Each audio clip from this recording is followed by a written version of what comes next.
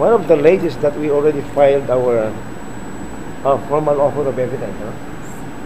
When you say formal offer of evidence, this relates to the motions filed by accused yan. I mean the ones who filed petitions for bail. No? Kasi yung mga hearings ngayon, the trials that were conducted and are still being conducted relate to the petitions for bail filed by 61 accused.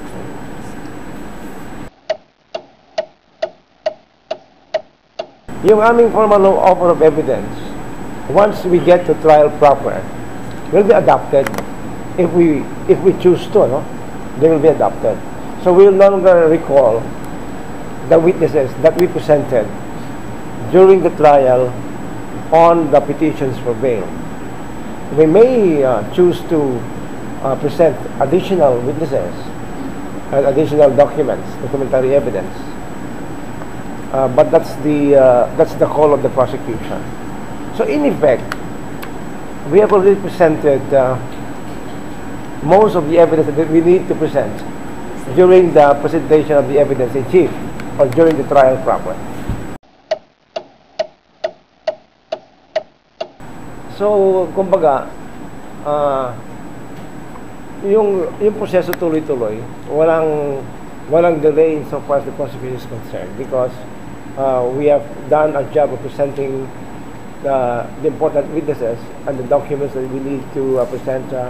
We presented expert witnesses, object evidence, mga baril, no?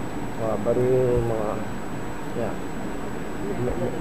medical legal experts we presented already. We have presented eyewitnesses who identified most of the principal players. So, andyan na yun. Now, gawin din siguro gagawin ng defense dito. But they will present in their defense, the witnesses that they will present in their defense will be adopted during the trial proper. Pag mangyari, tapos na yung trial. No? Hintay na lang yung judge to rule on the case, on the cases. So, I think we also have to emphasize this, that there are, ilang kaso?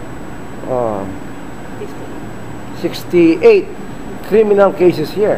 58 criminal cases, equivalent to the number of victims. No, victims. Yeah, the number of victims. So this is not a criminal proceeding where there's only one criminal case. The number of the complainants alone is already a factor in determining the course of the proceedings. The number of complainants alone, because they also have their own lawyers. They also needed to testify in the cases to prove their damages, how they suffered because of these killings. And the more problematic part is the number of accused, 197, and as of now we have in the custody of the court. Ilan nasa custody? 106 who are under detention. So just imagine the number of the accused, number of accused in these criminal cases, who may or may not have their own lawyers to represent them. May mga iba dyan na representing several accused, but some in fact are not even represented yet, yung mga ibang mga akusado. So that's one of the problematic aspects of this case. What we're saying is the case proceeding as it should, it is supposed to proceed. We were having 3 trials every week. We presented already 148 witnesses. Can you imagine what are the other challenges of the for the prosecution in this case? Gusto na sana namin sa dinami-dami ng mga akusado na yung mga hindi principal players, wag na munang kung pwede silang hindi mo na ma-arrest. Kasi every time an accused is arrested, we go back to step 1. No? He will, by arraignment, by pre-trial conference, and then by marking of exhibits, and then by presentation na naman of evidence. So, ganun yun eh. Mga pabalik-balik kami. And it is not of our own making. It's just that it's in the nature of this case na hindi lahat ng mga akusado ay nahuhuli pa, no?